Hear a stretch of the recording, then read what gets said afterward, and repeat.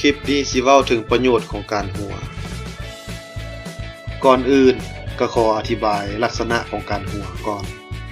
ให้คนที่บ่เคยหัวจักเทื่อได้เข้าใจมันสิมีอยู่ว่าคนที่บ่เคยหัวนะฟังลองเบิ่ง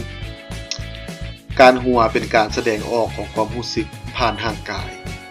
มนุษย์เป็นสัตว์โลกชนิดเดียวที่แสดงความรู้สึกดีใจเป็นเสียงหัวออกมาเมื่อมนุษย์มีความรู้สึกดีใจหรือมีความสุขระบบประสาทจะกระตุ้นให้ร่างกายเปล่งเสียงหัวออกมาโดยอัตโนมัติทั้งแสดงสีหน้าและท่าทางที่เป็นเอกลักษณ์เฉพาะของอารมณ์ความรู้สึกดีใจนั้น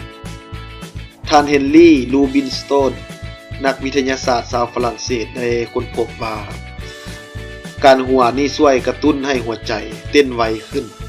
เม็ดเลือดสูบฉีดไปทั่วร่างกาย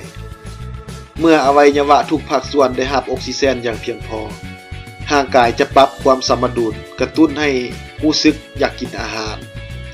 กระตุ้นต่อมในสมองให้ขับสารเบต้าเอนโดรฟินออกมา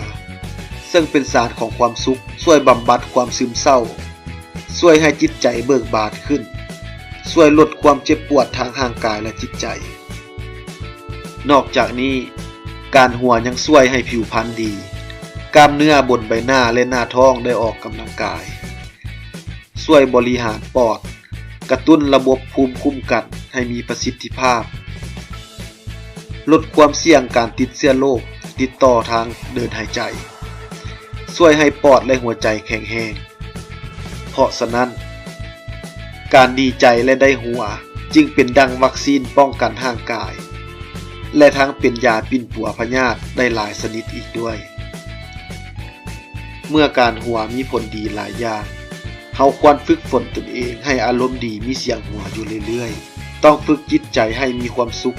ต้องคิดด้านบวกของชีวิตเบิ่งหนังฟังเพลง